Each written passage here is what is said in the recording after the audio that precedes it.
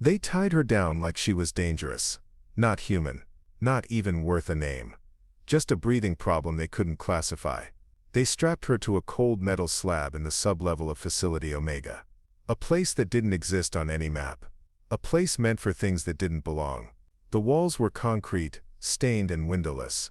The lights flickered overhead, old fluorescents that hummed like something alive. 3 men stood over her. Before we jump back in, tell us where you're tuning in from. And if this story touches you, make sure you're subscribed, because tomorrow I've saved something extra special for you. One was Callum Rusk, specialist in enhanced interrogation. The other, a young corporal named Juno, barely out of academy. The third man didn't speak, he just held the vial. Greenish, clouded, labeled only. Solution A9. They said she was a spy. She hadn't said a word since they dragged her in. No name. No plea. Not even a scream. Rusk leaned in. This isn't how we wanted it to go. He motioned. The third man stepped forward, gloves on. He unscrewed the vial and poured the acid directly onto her right shoulder. It hissed. Her skin bubbled. It should have blistered and cracked. It should have torn screams from her lungs.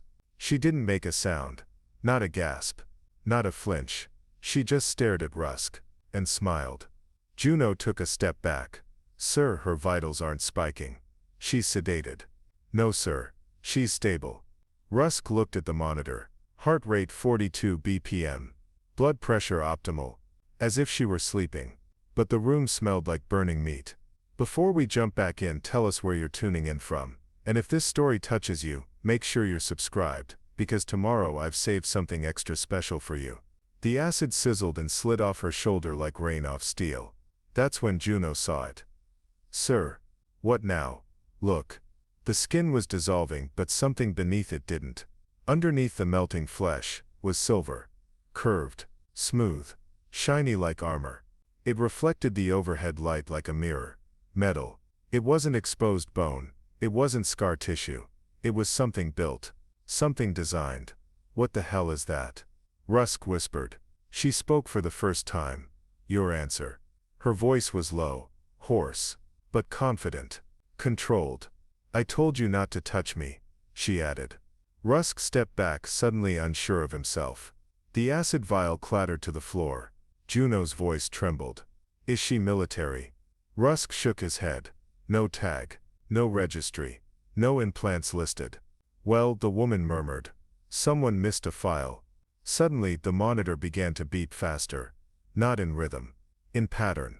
Dot dot. Pause. Dot dot. Dot. Morse. On the screen, text scrambled across the display. Incoming connection request. Link established. Aurora. Protocol. Activated. The facility lights flickered violently. A klaxon began to hum in the walls. Shut it down. Rusk barked. Pull her feed. Juno lunged for the terminal, but it was locked out. Every input screen turned black. Then, one by one, cameras in the hallway shut off. A faint hissing sound came from the ceiling. The vents. They're sealing the room, Juno whispered. The woman turned her head toward him, slow and robotic. You should run. What? You don't want to see what happens next. Rusk grabbed his communicator. Security breach in cell A9. Shut it down. No response. Only static. Then a single word came through, garbled and barely audible. Awakened. The woman's eyes flared. One eye, her left, turned deep electric blue. No pupil. Just pulsing light. The kind of light that doesn't blink. Rusk pulled his weapon. Get her sedated. Now. The woman looked up. Her skin was still smoking from the acid. But the metal beneath her shoulder was shifting.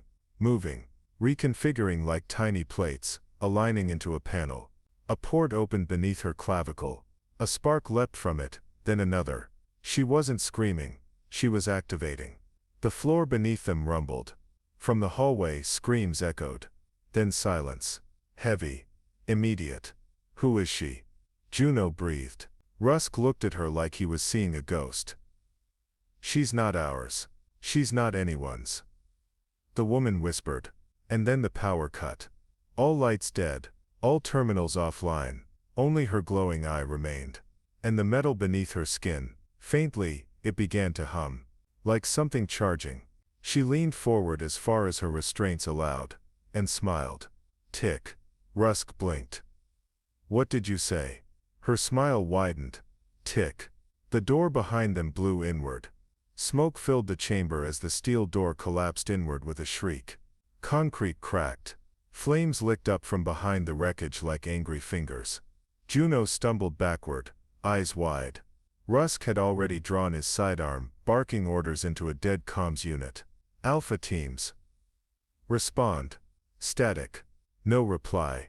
Only the sound of grinding metal echoing from the corridor. Then silence. Too complete. Too wrong. The woman on the slab was still restrained, but she tilted her head. Not in fear. In satisfaction. The eye that glowed beneath her lid pulsed once, then dimmed to black. She slumped forward like a puppet with its strings cut. Juno took a hesitant step toward her. Is she down? I don't know, Rusk muttered. He kept his gun trained on her chest. Even unconscious, she radiated danger. Behind them, an emergency light flickered to life. Red. Pulsing. Lockdown level. Black Site 9. Rusk stared at the terminal on the far wall. The entire base was now sealed. All exits. All power. All communication. None of it made sense. You said she didn't have clearance, Juno whispered. She doesn't. Then how did she override the lockdown protocol? Before Rusk could answer, the monitors blinked. Footage from the upper levels began to play. But something was wrong. Every frame was empty. Hallways, vacant. Labs abandoned. Cafeteria, barracks, control center, all cleared. Or worse. Rusk clicked through camera feeds with shaking fingers. No bodies. No motion. Nothing. As if the entire Windsor facility had vanished. Where the hell is everyone? Then one feed flashed. Cam 13. Sublevel engineering bay. It showed a single frame. A man slumped against the wall, blood smeared in an arc behind him. Beside him, scrawled in crimson on the glass, Aeon wakes. Juno backed away from the monitor. His face pale. What is Aeon? Rusk didn't answer. His eyes were locked on the woman. Still slumped. Still smoking. He grabbed a syringe from the med kit. Sedate her again. Juno's hand shot out, stopping him. No.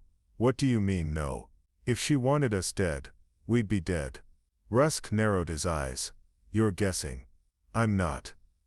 I saw what was under her skin. It wasn't armor. Rusk clenched his jaw. It was something else. Across the compound, in sublevel C, a man named Director Hallwyn stood behind bulletproof glass. His hands trembled as he adjusted the collar of his lab coat. He had seen the camera feed too. He had recognized her. Even after 15 years. She wasn't supposed to survive, he muttered. Behind him, another figure emerged from the shadows. A tall woman with steel gray hair and the insignia of a Black Ops commander stitched into her sleeve. She wasn't supposed to remember. She shouldn't even exist. Hallwyn snapped. The woman folded her arms. You underestimated what you built. I didn't build her. He spat. I rescued her. The commander raised a brow. Hallwyn's voice dropped to a whisper. She was pulled from the wreckage of Project Genesis. Body half gone. Brain exposed. We rebuilt what we could. Rebuilt. The commander echoed. He didn't respond. Because it wasn't the truth. Not all of it. He hadn't rebuilt her. He had made something new. Back in the interrogation chamber, Juno leaned over the woman. Her pulse was still steady. The metal beneath her skin had stopped shifting. But something else was wrong. Her restraints were melting. Not cut. Not broken. Melted. As if the alloy had turned soft in her presence. Suddenly her eyes snapped open. Juno fell backward with a shout. Rusk raised his gun. Don't move. She didn't flinch. Instead she looked straight at Juno. You're not like him. He stared at her frozen. You're afraid. But not cruel. Rusk stepped closer. Don't talk. Don't move. She slowly lifted her hands, still glowing faintly at the wrists. Her voice was calm. You have 10 minutes before this facility reboots. And when it does, everyone in this building will die. Rusk barked a laugh. Because of you. She didn't blink. No. Then who? She looked past him. To the cracked door. To the fire beyond. To what's already inside. In the upper levels, a silent swarm moved through the air vents. Tiny machines. No larger than insects. But with cameras for eyes. And razors for legs. They weren't hers. They weren't the military's either. They were his. Hallwin's. The fail-safe. The cleaners. And they had only one mission. Erase all evidence. Including her. Back in sublevel A. The woman's skin began to shift again. The burned layer on her shoulder curled away like ash, revealing sleek titanium plates beneath. Not just armor. Data nodes. Wired into nerve endings. Living code etched into her flesh. Juno stepped closer. Who did this to you? She looked at him with something almost like pity. Not who. What then? She smiled faintly. What you all became afraid to finish. Juno frowned. What are you? She answered without hesitation. I'm what happens when a weapon remembers it was once human. The floor beneath them vibrated again. Far off. The sound of machines awakening. The base reboot had begun. And time was running out. He didn't want the assignment. Corporal Juno stood outside the biometric chamber, waiting for clearance. Behind the glass, a retinal scanner pulsed red. He hadn't slept in 36 hours. Didn't know if it was adrenaline or fear that kept his hands steady. But the name flashing on the tablet in his hands made no sense. Subject file. Evelyn Reese. No record. No birth certificate. No tax ID. Hospital log. Dental scan. Nothing. Evelyn Reese didn't exist. And yet she was here. Alive. Glowing metal beneath skin. Remembering things no civilian should ever know. The door hissed open. Inside the lab smelled of ammonia and cold steel. Dr. Kalen Argis barely looked up from his screen. Back again, Corporal. She spoke. Kalen froze. Words. Juno nodded. She knew our names. Kalen sat back in his chair slowly.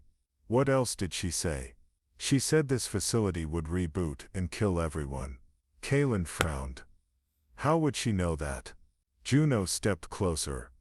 I need to know what she is. Kalen sighed. Then tapped a key. A hidden file appeared on the screen. He didn't speak for a long time. Then he said 2 words. She's legacy.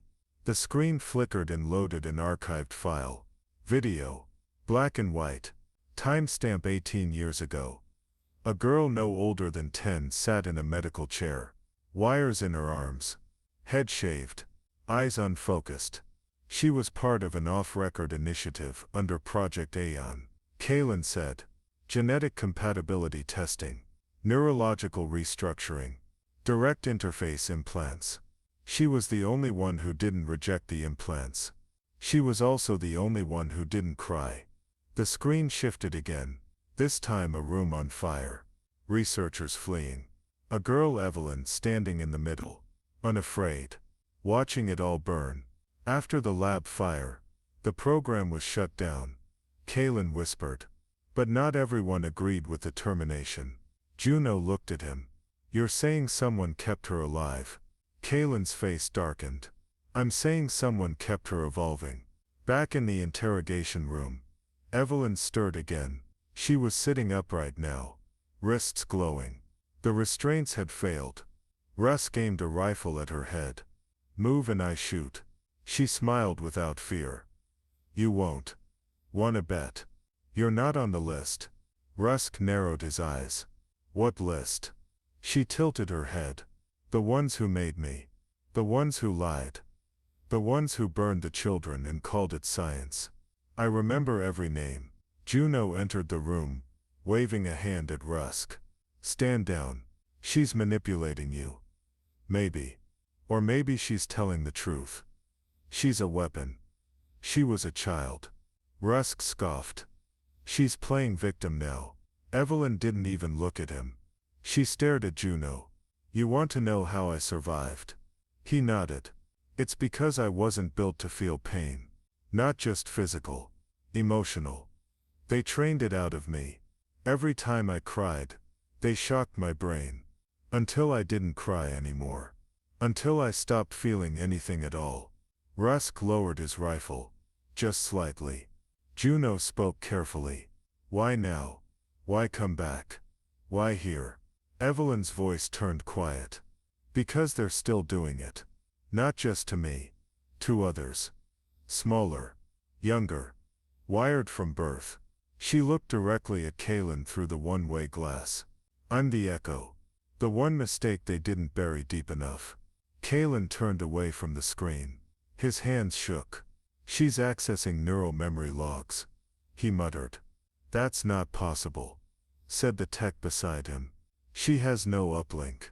Kaylin stared at the blinking light on the control panel. It blinked in perfect sync with the rhythm of Evelyn's pulse. Then explain that.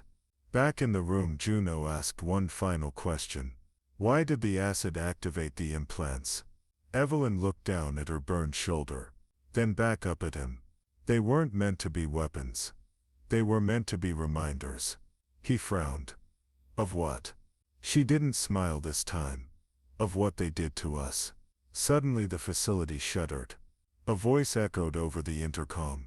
One Juno hadn't heard before. Distorted. Male.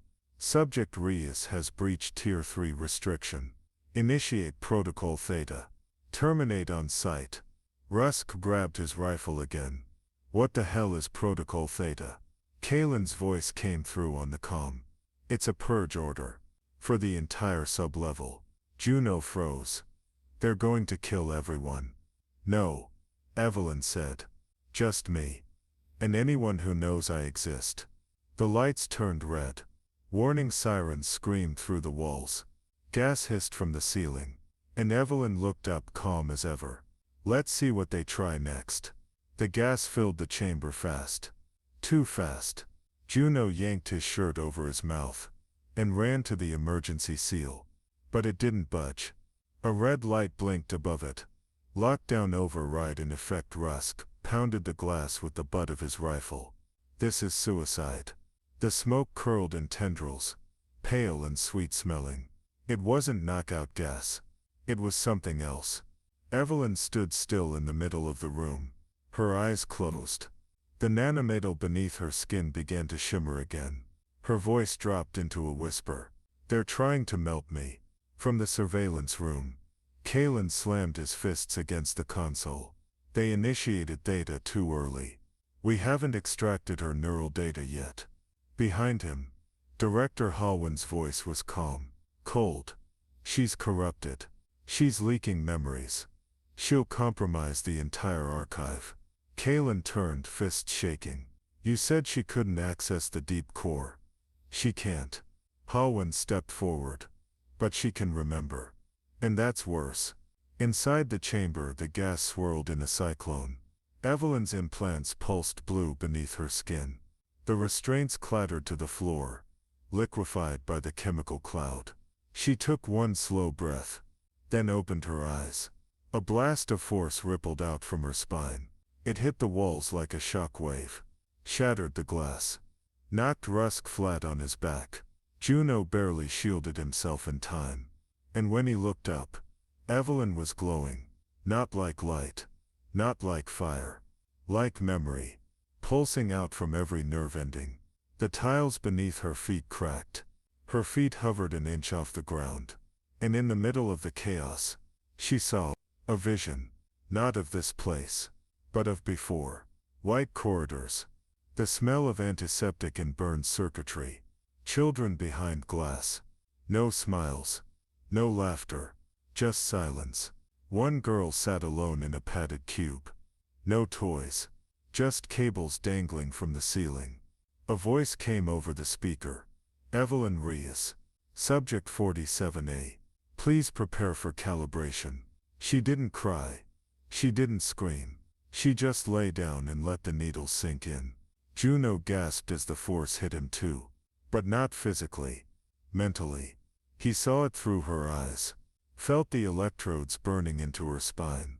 Felt the way they rewired her thoughts. Like a machine learning a language. It was never meant to speak. He dropped to one knee. I saw, he whispered. She was a child. Rusk groaned and pulled himself upright, coughing. What the hell just happened? She opened a neural wave field. Kalen said through the shattered intercom. She's sharing memory. Broadcasting it like a signal. Is that even possible? Juno asked. Kalen's voice dropped.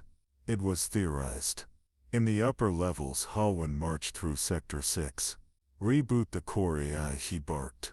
Route power to prototype suppression unit. They'll breach the mainframe if we don't neutralize her. His lieutenant kept pace beside him. Sir, if she keeps leaking. She won't. Halwyn's eyes were dark. Send in the failures. The lieutenant paled. You mean? Yes, the ones we left in cryo. Back in the sublevel, Evelyn collapsed to her knees. Juno caught her before she hit the floor. Her skin was ice cold, but her pulse was racing, like she had run through years of her life in seconds. Rusk backed up, still rattled. This is a ghost story. She's not real. Evelyn opened her eyes again. Soft now. Human. No, she said. I'm every child you buried, and hoped no one would ever find. Juno looked around the ruined chamber. The smoke was thinning, the alarm still blaring, but the danger wasn't her anymore. It was what came next. What do we do? Evelyn looked up at him. Her voice was barely a breath. Find the others. Above in Cryo Vault 3, something began to... A lock disengaged. Frost spilled out over the tiles. And inside the darkened chamber, figures began to stir. Small, thin, silent. Their skin marked by surgical scars. Eyes glowing faintly under the lids. Wired like her. Forgotten like her. But not for long. In sublevel A, Evelyn sat up straighter. They're waking up. Juno frowned. Who? But a tear slid down her cheek. The first one in 18 years. The silence after the gas cleared wasn't peace, it was pressure, heavy.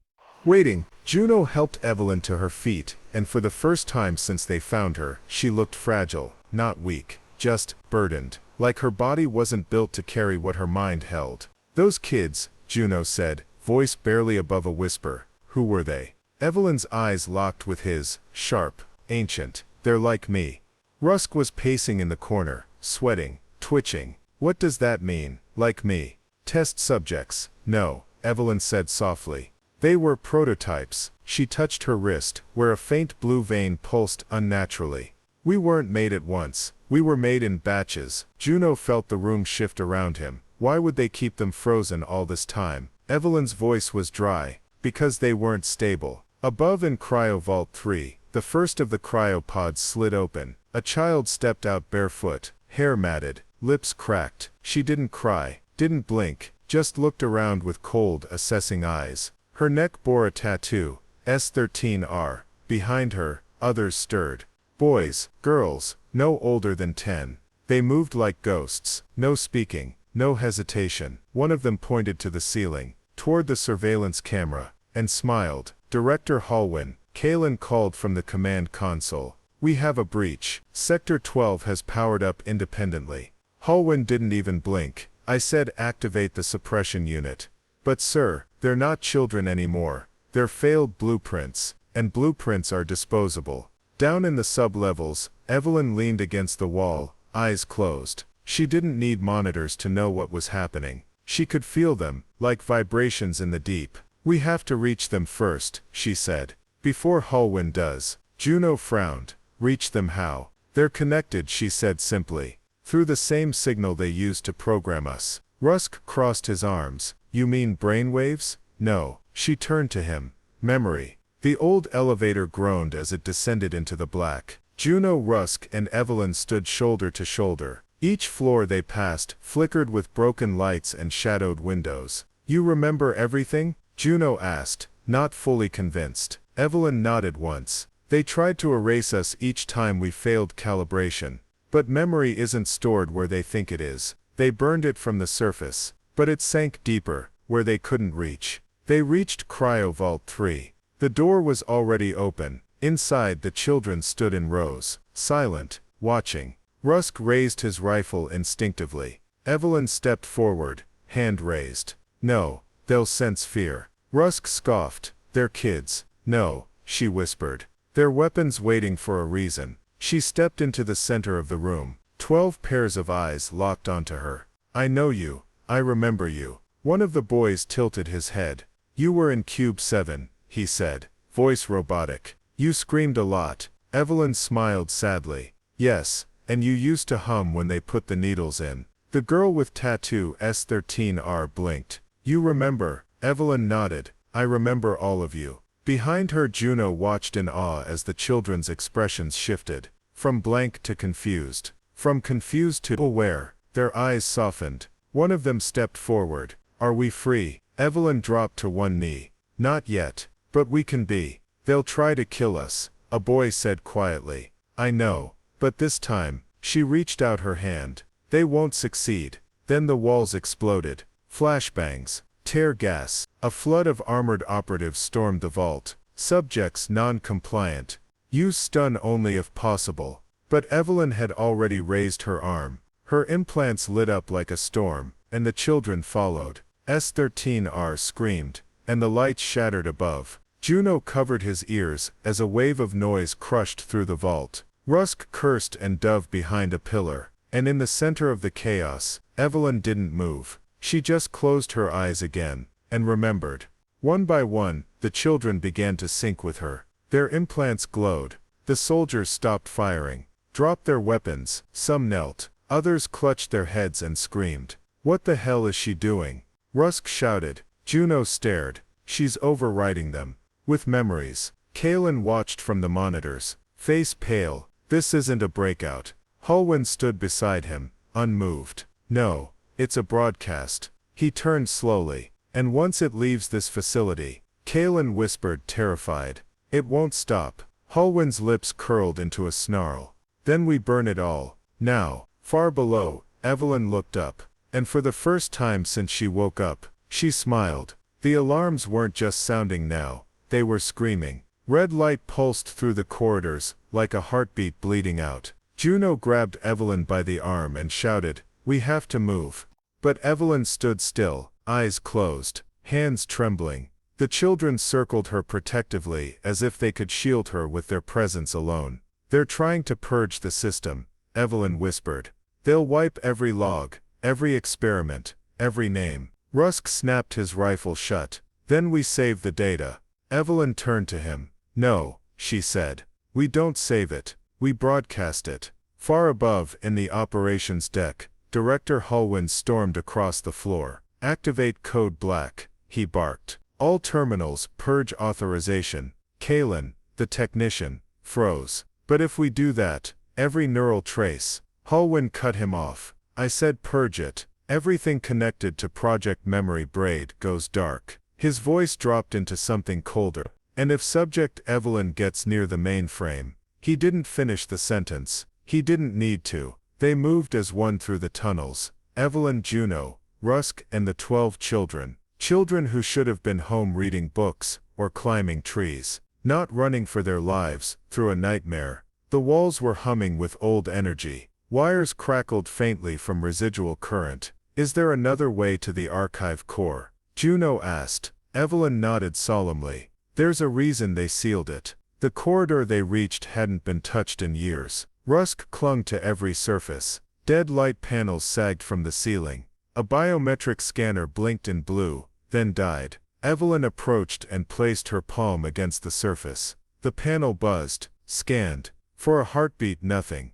Then a hiss. The door cracked open. Inside was a room untouched by the chaos above. The archive, lined with ancient terminals and humming with low, dying energy. At the center stood the core, a white-blue node pulsing with secrets. Evelyn stepped forward, her skin faintly glowing in its light. I was built from this place, she said. And if I die, I'll burn it into the world first. She placed her hand on the node. The archive responded instantly. Files opened. Encrypted memories streamed across the old screens like water breaking through a dam. In the operations deck, Kalen gasped. She's bypassing the firewall. Hallwyn's face turned ashen. She is the firewall. Evelyn's mind was suddenly flooded with visions, images buried in her memory and the system's records. Children strapped to tables, surgical lights cutting across faces, her own skin marked in blue ink, her own screams echoing inside her skull.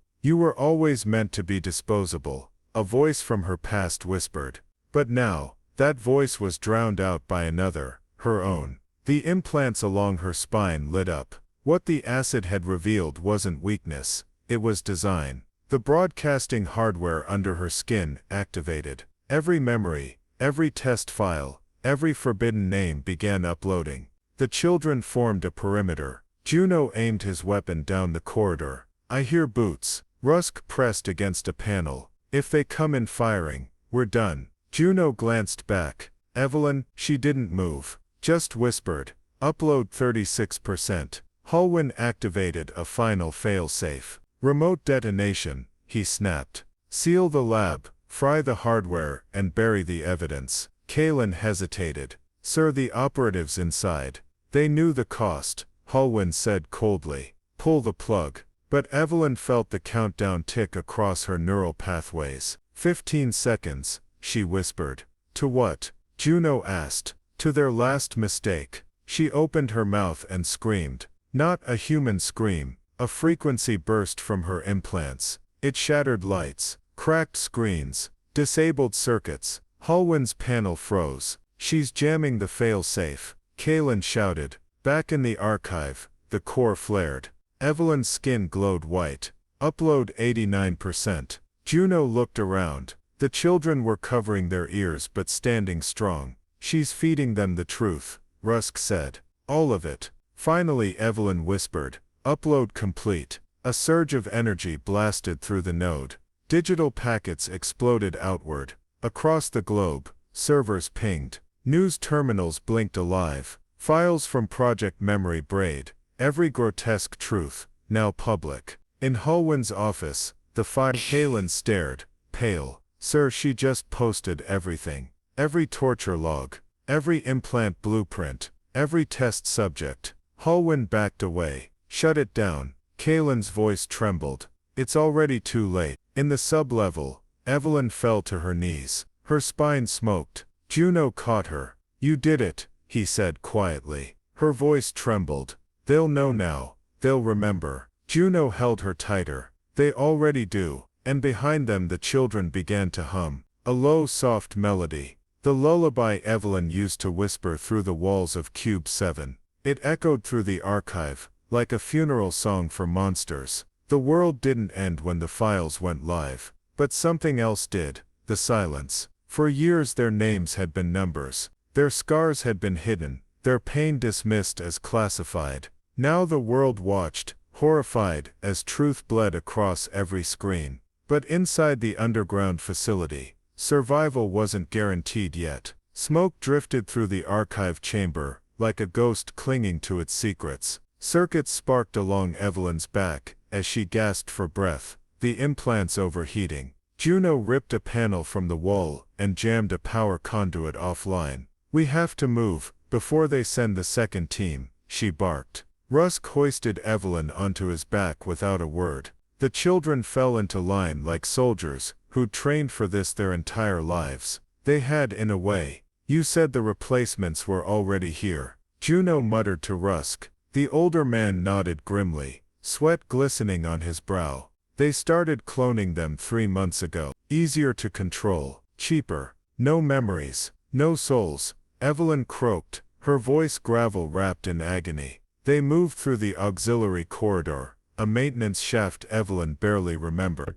She had escaped through it once as a child, only to be dragged back with broken ribs and missing teeth. Now she was leading others out through the same tunnel. But freedom came with a toll. Halfway through, the emergency lights flickered green, then pulsed red. "That's not good," Rusk muttered, pulling the group to a halt. Ahead 3 figures emerged from the shadows, like ghosts from a mirror. Uniforms identical, faces nearly identical to the children trailing behind Evelyn. One of the girls, Alina, stopped dead in her tracks. She stared at her double, the same freckles, the same posture, even the same tremble in her left hand. The clone blinked first, emotionless, dead-eyed, then moved forward with clinical precision, weapon raised. No, Evelyn whispered. They wouldn't, but they would. The program had built biological replacements, obedient mind-wiped children, who wouldn't question orders or beg for bedtime stories. You're obsolete, one of the clones said in a flat voice.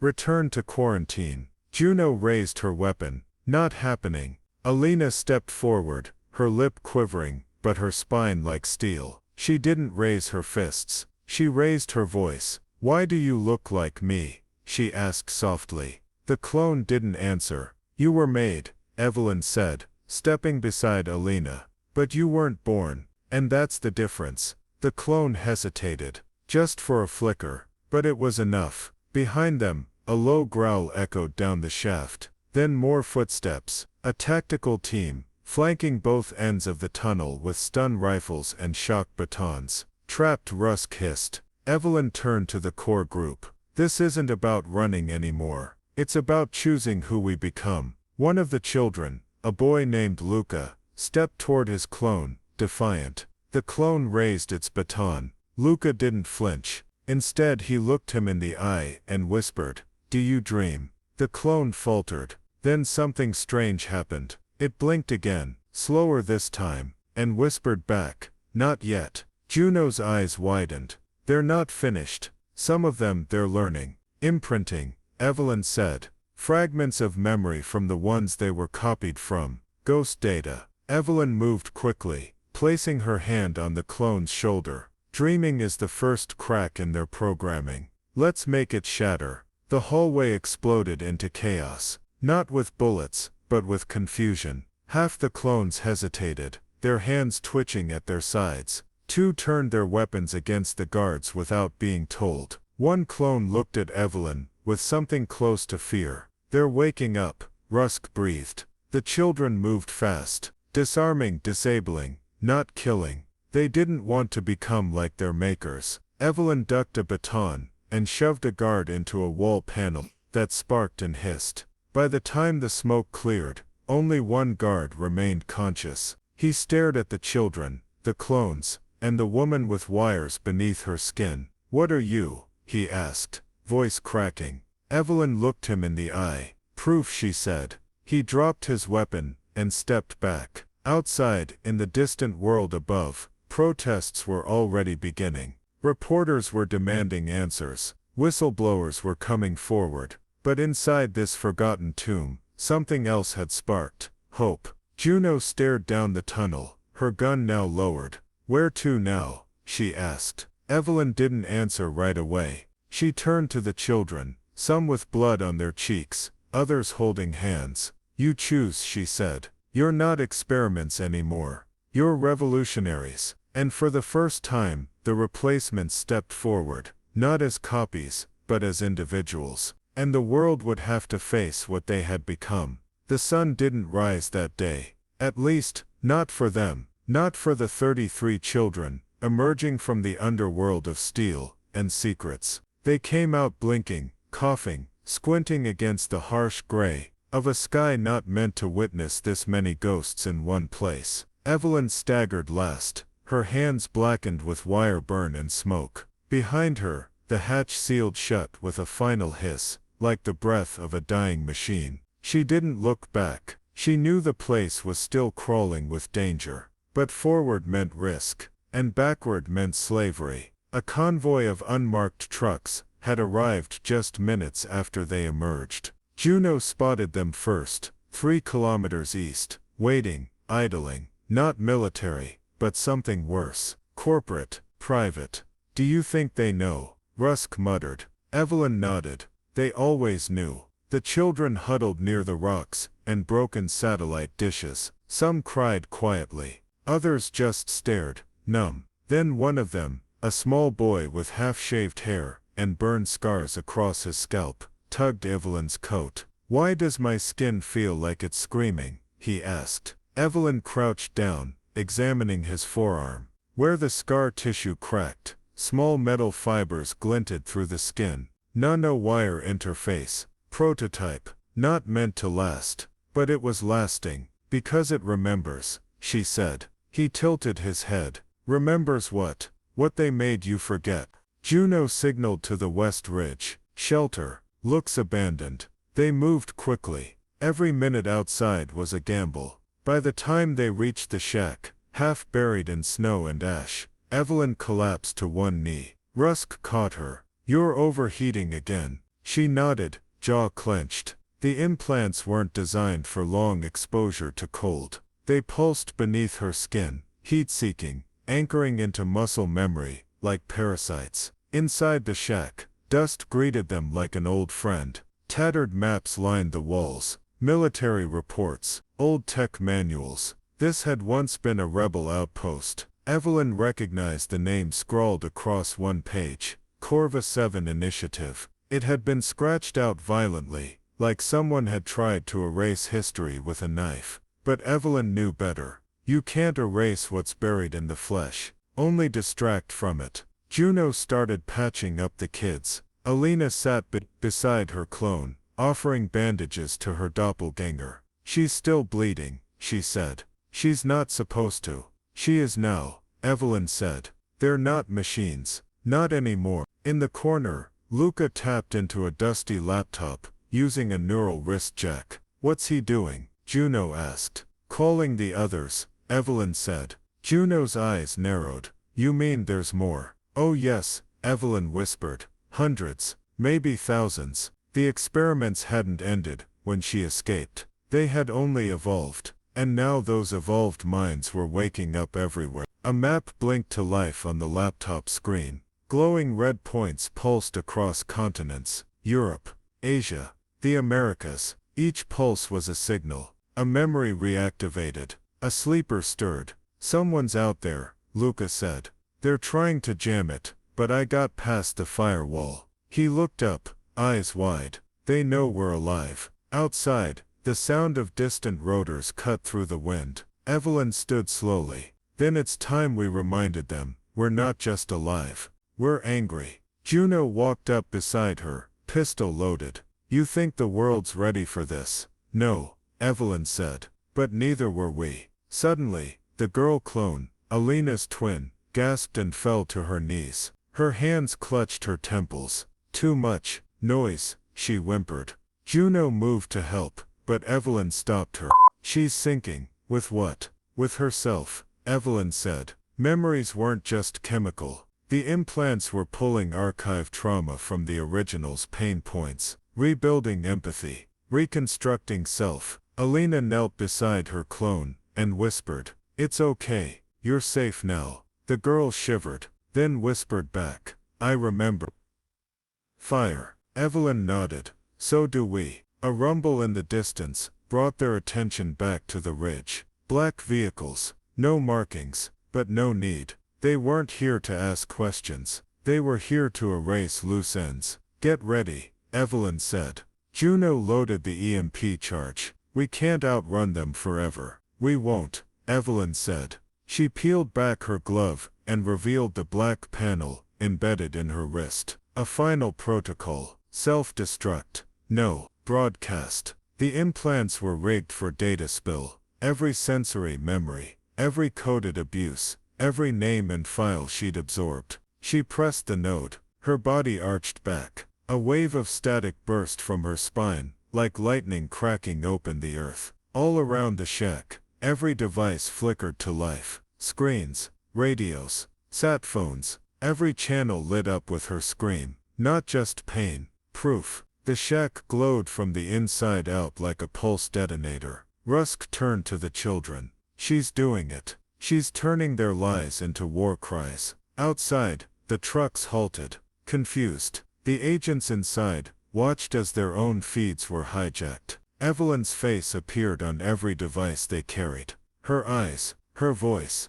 and then a line burned across every screen, like a brand. You made us, now you answer to us. And the war they tried to bury had just come back, wired into every bone they broke. It started with a glitch in a boardroom. A CEO in New York slammed his tablet down, confused why his private conference was being hijacked by static and a girl's voice.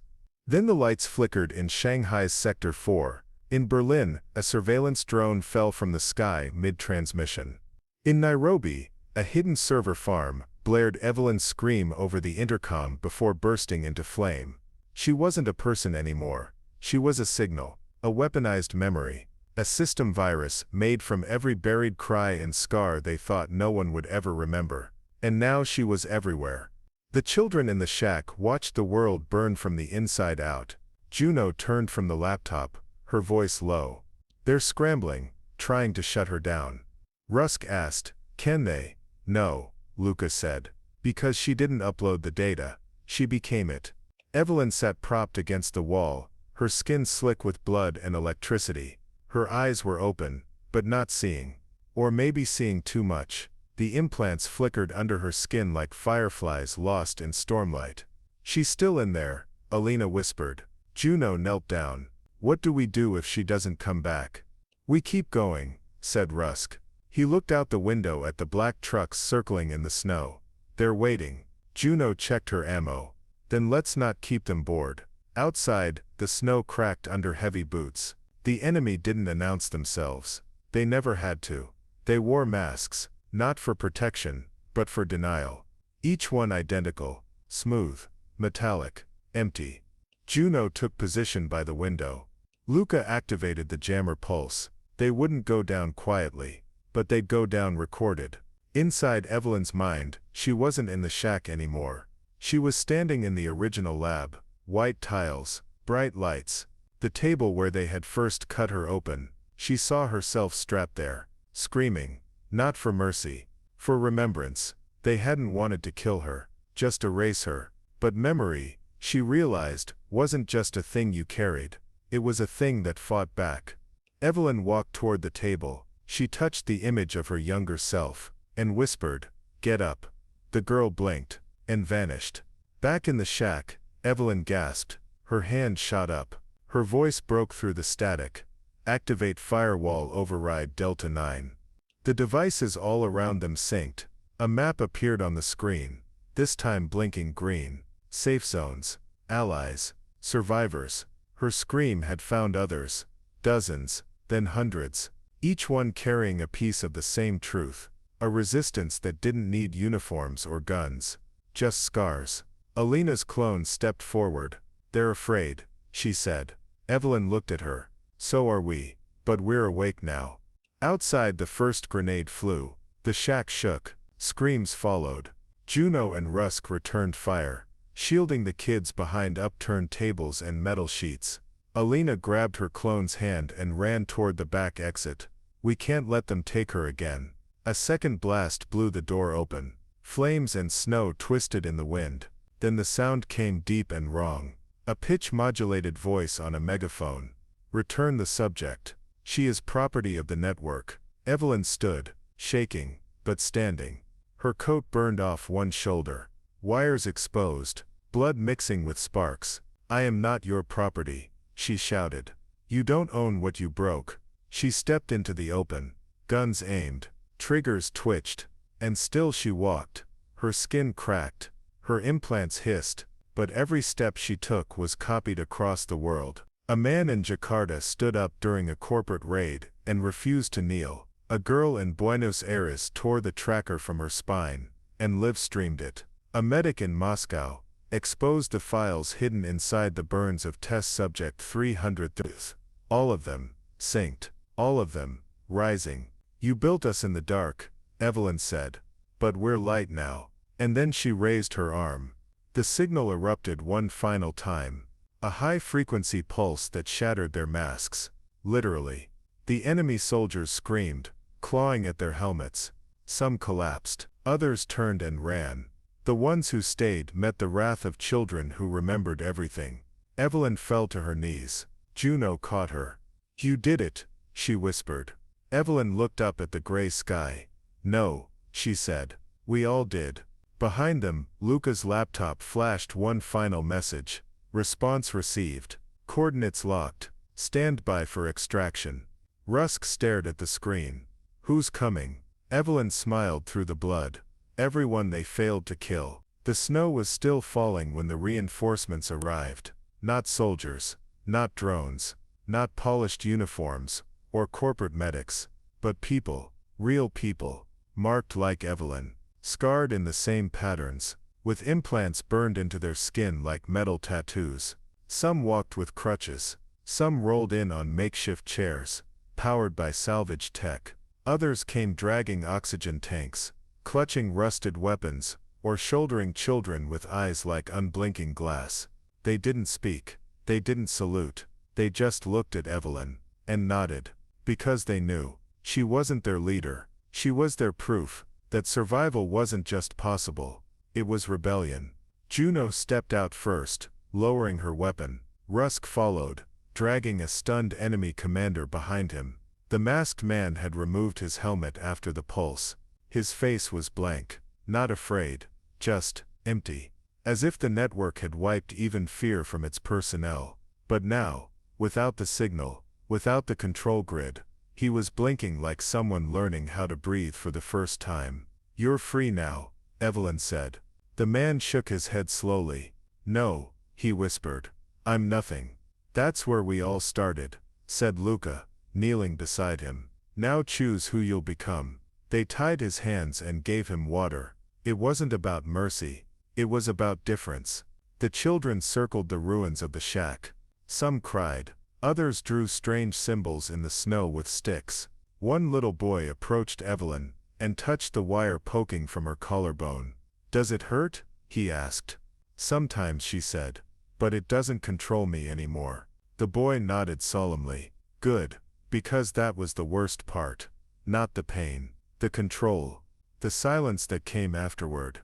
Now that silence was broken, all across the world, from encrypted frequencies in the Congo jungle, to shattered labs in Arizona, to the catacombs beneath Seoul. The name Evelyn pulsed like a heartbeat, not as a person, as a signal, as a call to arms, not for war, but for reclamation. They began building, not cities, safe zones, truth stations, places where survivors could upload what was done to them and share how they fought back. Luca called it the spine.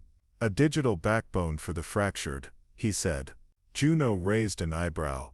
"Poetic for a hacker." "I'm full of surprises," he grinned. Evelyn didn't help build the network. Her body was failing. The implants had begun to corrode her nervous system. Every step was fire. Every breath, metal. But she stayed in the center, what they now called the hollow. A crater of scorched earth and broken machines, where she first screamed back, and where others would come to remember. Alina stayed too, so did her clone. They studied each other now, not in fear, but fascination, two halves of one defiance. And in time, they weren't the only doubles. Others came. Replacements, failed prototypes, children who were never given names. Now they were naming themselves. Evelyn wrote letters to them, handwritten. Ink, not code, because healing, she realized, couldn't always be downloaded. Some things had to bleed onto paper. She wrote, "They tried to bury us, but they didn't know we were seeds." One night, the stars turned red, an atmospheric breach, a network satellite falling. It exploded above the hollow in a streak of fire. The children clapped. Juno saluted. Evelyn just smiled, because with every crash, the lie burned brighter, and the truth could take root. She didn't live much longer, but she didn't have to. When she died, her body was buried not beneath the earth, but within the spine. Her neural pattern encoded in firewalls, broadcast sequences, and memory vaults. Now, when a child boots up a recovered device, they might hear her voice. When they try to brand you broken, you remind them broken, things can cut too. And when the next generation stands in the ruins of another forgotten lab, they won't stand alone, because Evelyn will be there. In the wires, in the echoes, in the scream that taught the world to listen. The digital tomb wasn't made of stone, it pulsed, alive. Each thread of code woven with memory. Not just Evelyn's, but thousands like her. Every scream, every scar, every act of defiance once buried in silence was now encoded in the archive. They called the spine. Juno oversaw its construction, but even she didn't understand all of it. Only Luca did. Because Luca had grown up inside the firewalls of the enemy. He'd been their tool once, an orphan groomed by algorithms, his conscience rewritten line by line, until Evelyn showed him he could choose his own script. Now he was rewriting everything. The spine wasn't just storage, it was resistance. Every survivor who walked into the hollow left something behind. A memory, a sample, a recording, sometimes a final confession, sometimes a map to the people who hurt them. Luca would digitize it, preserve it, encrypt it under a firewall keyed to their DNA. You could only access your own pain, or someone who gave you permission. No voyeurs, no thieves, just stories, and choice. That was Evelyn's last rule, and it worked. The system began to spread, hidden under civilian networks, buried inside obsolete satellites, disguised as broken radio towers. People began whispering about it. Not online, too dangerous, but face to face, in refugee kitchens, in trade convoys, in underground clinics, where the lights flickered, and the air always smelled of copper and ozone. The legend of the spine traveled faster than the network could erase. Juno and Alina began hunting what was left of the old regime, not for revenge, but for record. They weren't trying to kill the past, they were trying to expose it. One recovered server could undo a decade of lies. One prisoner's testimony could spark a rebellion. They printed excerpts of the spine's archives, and hung them like flags across bombed-out districts. A mother's testimony, a coded map of a forgotten black site, the names of those who vanished and never came back. Evelyn's name was used sparingly. Too powerful, too dangerous. She wasn't a saint to them. She was a virus, a holy one maybe, but still a virus. And viruses didn't ask permission. They infiltrated, multiplied, disrupted. Like the truth, sometimes the broadcasts played Evelyn's voice. Other times it was the children she saved, now grown. Their accents different, their languages shifting, but the cadence the same, fierce, unapologetic, alive. One day, Luca added a new module, an AI construct, not conscious, not fully, but reactive, modeled after Evelyn's voice patterns, memory uploads, neural scans. It could respond to questions, it could adapt to trauma patterns, it could comfort, not like a human, but better than silence. They called it Eve, emergency voice echo. Some said it stood for Evelyn's vengeance eternal. Others whispered that it was Evelyn's echo made sentient. Either way, it spread fast. People trusted Eve more than most leaders. Because Eve didn't lie, Eve didn't flinch, Eve didn't forget. She wasn't alive, but she remembered what mattered.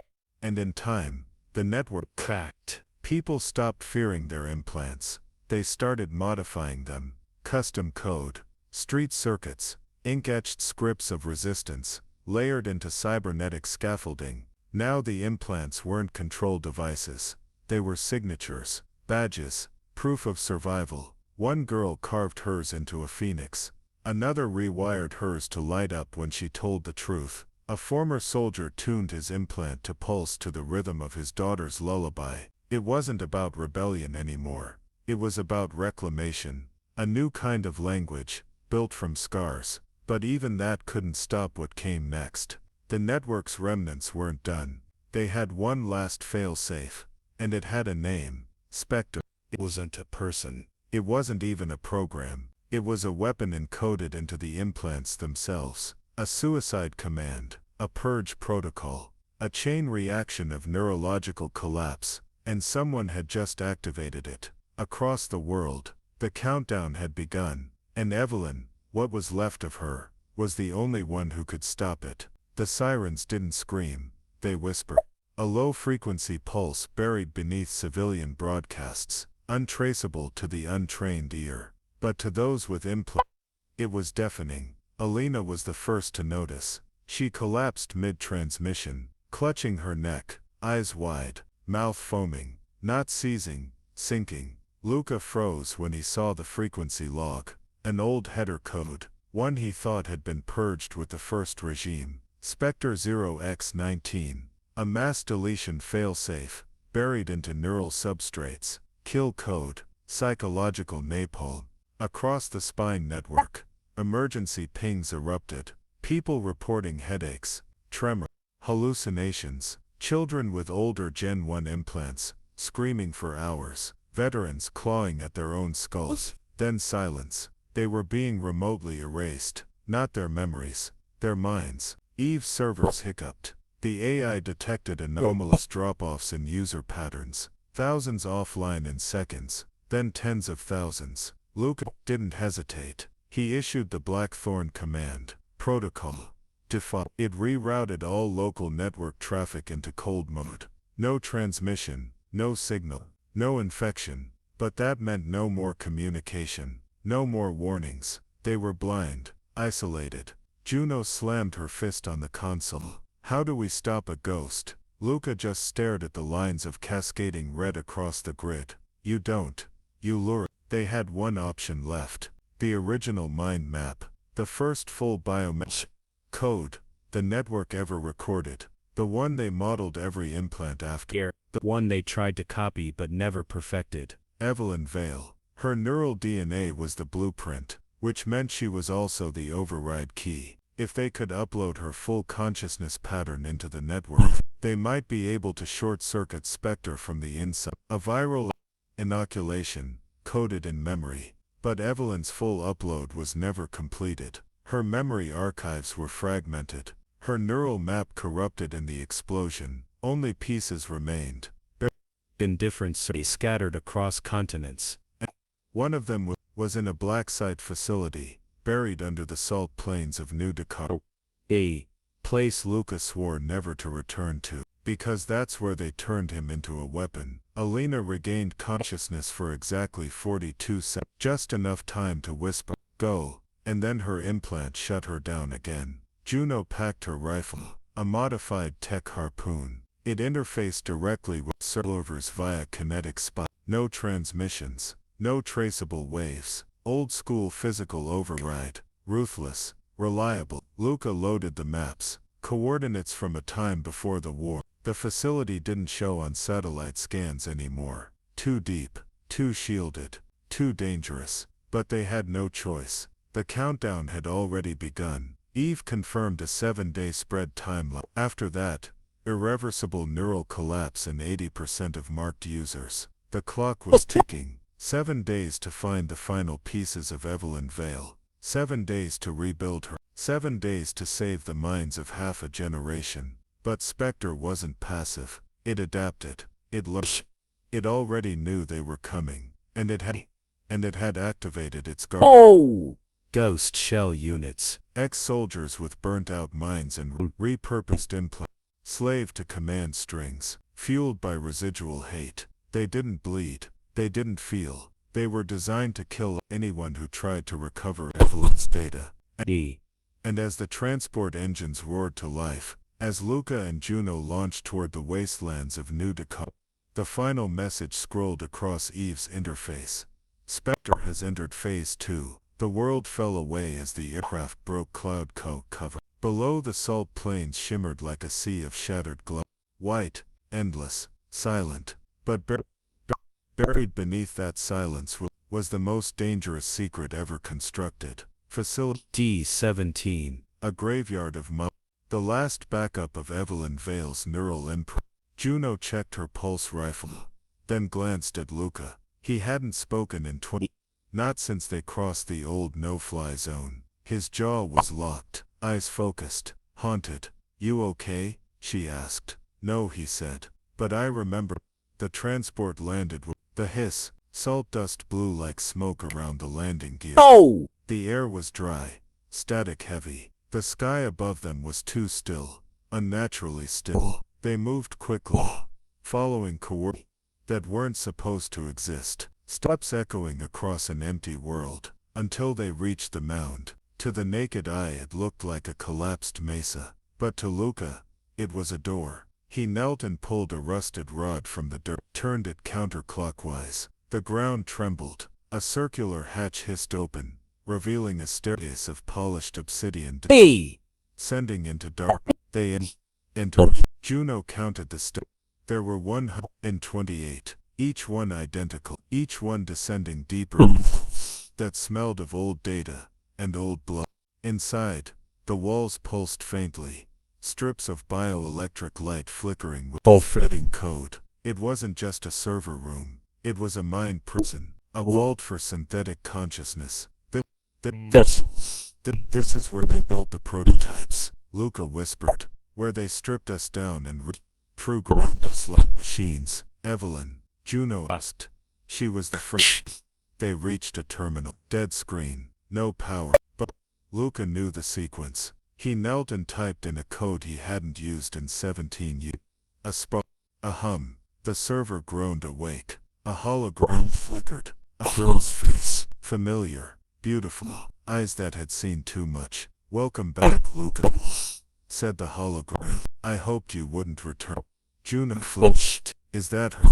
It's what's left, Luca said. The hologram shivered, stuttering between frames. Memory corruption, 63%. Set.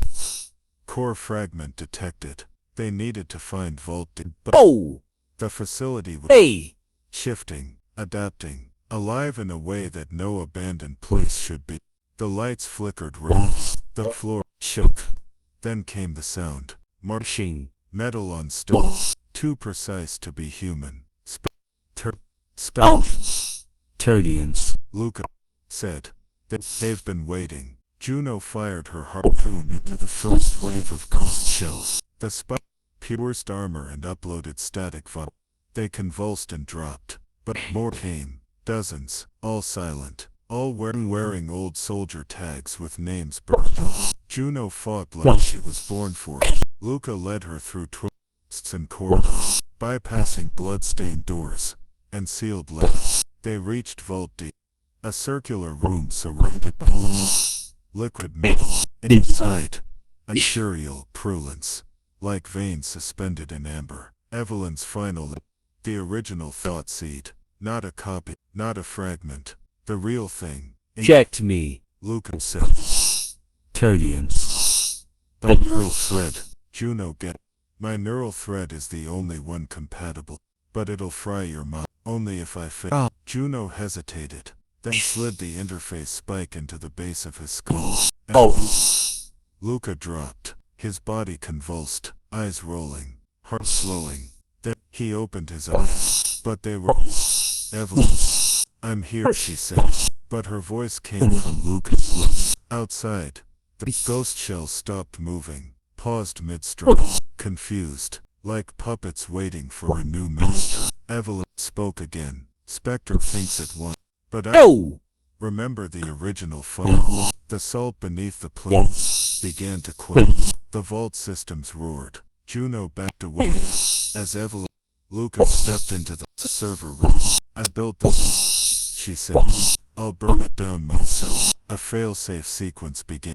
One Evelyn encoded into her original code. It wasn't destruction. It was rebirth. The countdown began, and Evelyn smiled. The salt flames ruptured. Pillars of data flame erupted from beneath the, twisting into the sky like bleeding code. Juno ran for cover, shielding her face as wind and electricity collided. Behind her, Luca's body, now guided by Evelyn's consciousness, stood tall in the center. The vault was no longer a bunker. It was but becoming something else. A living organism of light, memory, and vengeance. Juno screamed, tell me what you're doing. But Evelyn didn't answer. Not in words. Instead, Evelyn, ghost chills in the corridor turned the hoods and their weapons dropped. Juno stepped back. A voice filled the chamber. Not Luca, not Evelyn. Something deeper, older, synthetic voice of spectre. Command, illegal detect, initiating reset protocol. Evelyn smiled. Even inside Luca's borrowed flesh, the smirk was unmistakable. You never did look surprised, did you? She whispered. She looked at Juno We have 90 seconds. Rewrite the core log of the system. The vault's control panel burst open with sparks. Juno scrambled toward it, hands flying across encrypted overlays. Lines of forgotten languages, predictive logic, quantum mechanics. This was beyond anything human. But they left breadcrumbs, hidden variables, backdoors only someone like Juno could understand. You always said I'd find my own way. Juno but she entered the override. Slash reclaim. Neural premise equals something. Juno. Are you sure? The vault recognized a blast of light that slowed it down. The salt plains rolled. For a moment, everything stopped. The sky changed color, from pale green to living gold. Spectre screamed, a sound like glitching shriek that echoed inside their bones. It tried to rebuild the garden, tried to reboot the code, but Juno was only the way. Her consciousness threaded through the vault's back to the original blueprint, back to Evelyn's first lines of code. Juno saw Alt, the war, and the first time Evelyn, Juno reached into the stream and rewrote the no more host bodies, no more force, no more first implant, no more child units, ever again. The system fought back. Flames around. Salt storms twisted into the open hatch above, but Juno held. And 6 the ghost shells collapsed, their limbs twitching for a final moment. But the vault dimmed, its pulsing slowed, like a great like a great beast sound. After Juno collapsed beside Luca and Evelyn, a whisper. I'm free. The vault began to sink, not explode. Just to a disassembly. Everything that had once held them prisoner was dissolving into dust. Juno helped Luca. He leaned on her. Together, they climbed the stairs for the ladder, step after step after step, until the light. And when they emerged, the plains were empty. No encryption. That's just sky. Above inside. New code spot. Battled up. Broadcasts that carried stories. Not propaganda. Not truth. Juno raised her hand to the sky. And for the first time, it would feel like someone's voice. She felt like a person. A protector, a spark, a beginning. Far across the continent, the first message arrived. A child in a Siberia looked up from her console. She read the code, smiled, and whispered, "It's over. No more. No more. No more. It's It simply remembered. 6 months later, the ruins of the vault lay buried beneath new salt, silent and no memorial. Just a ripple of repetitive networks and ghost frequency. A whisper that the ghost shells were gone. Juno stood before a paneled and abandoned outpost. Once used, and she wore no uniform, no insignia, only a coat stitched from scrubs and scarps and scrubs. Behind her, Luca roamed sticks on what remained of the interface. His body had healed, mostly, but his assaulted in him when he drew. You're sure this is the last? Yes. Juno nodded. This is where it started. It's only wrong to say them here. They were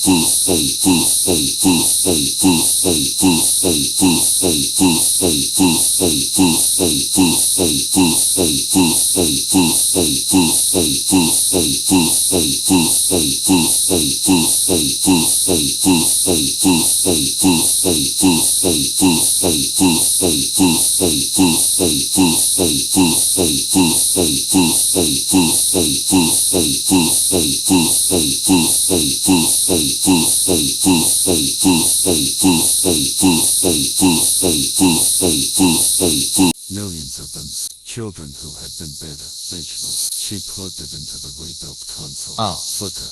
Then a soft hum. Then a soft hum. The screen lit up.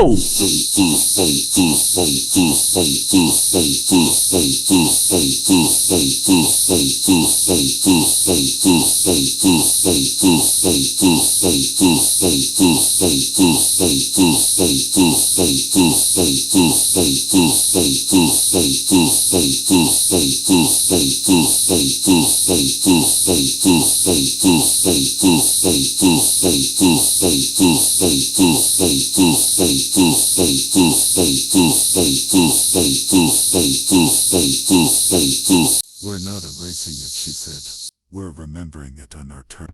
A satellite uplink began broadcast, not to governments, not to armies, but to every public node, every open server. It wasn't a confession. It was an invitation. See what they did. See what they became. See what stopped. And then see who we are now. A girl in Nairobi paused her gaming stream when her screen flooded with unfamiliar code. A retired engineer in Caracas gasped when he saw a photo of a boy he once tried to save. A mother in New Zealand whispered the name of her daughter, gone 20 years now, blinking on a data registry, marked, set free. Juno watched it unfold. Not a revolution, not vengeance, a resurrection. A villain's final line of code, embedded in every stream. Read, the archive is alive, and member is a form of justice. Luca stepped beside her. He held out a device, a small chip embedded in a glass orb. What is it? Juno asked. He smiled faintly. Her final seed. But this time it's not for control. It's for choice. Juno held it in her palm. It was warm, almost like it had a heartbeat. The remembered gathered around. No one gave orders. No one bowed, but they waited. Juno looked up. I won't rebuild the system, she said. I'll build a mirror, so no one ever forgets. And with that she inserted the orb into the mainframe.